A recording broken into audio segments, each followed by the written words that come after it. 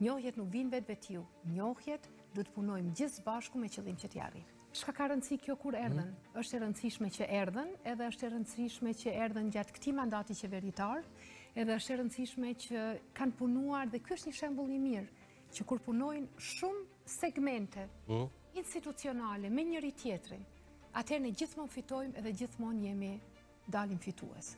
Kur përçahemi edhe secili i bjen vetëm muzikës së tij, çfarë ju nuk keni parë si mediume, sepse është punë e heshtur, ju e keni parë vetëm aktin e njohjes, po ju nuk i keni parë ato dhjetra e qindra biseda që ambasadorët tanë në mbar botën i kanë zhvilluar edhe me përfaqësues të Kenjas, edhe me përfaqësues të Sudanit në pushtetet e tyre përkatëse. Prandaj, unë jam shumë optimiste që kjo tendencë ka për të vazhduar.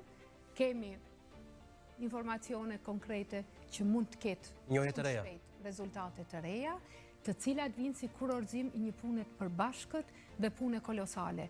Tani, dorën zemër, unë jam ballafaquar gjithmonë nga ju dhe kolegët tuaj me atë që ministre jashtme dhe sfatët njohje. Pra, për të mos pasur njohje, është përgjegjëse Donika Gërvalla. Po, nuk mund të jetë mos përgjegjëse nëse vinë njohjet.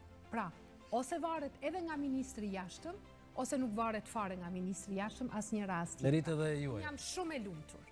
Shumë jam e lumtur që sidomos me Kenjan me cilën kemi punuar shumë që nga viti 2021 dhe me Sudanin për cilin kemi në vitin e fundit kemi punuar shumë intensivisht, edhe përmes shkresave të ndryshme, por edhe na kanë mbështetur partnerët tanë. Prandaj, përsëris atë që kam thënë në vazhdimsi, njohjet nuk vinë vetë vetiu.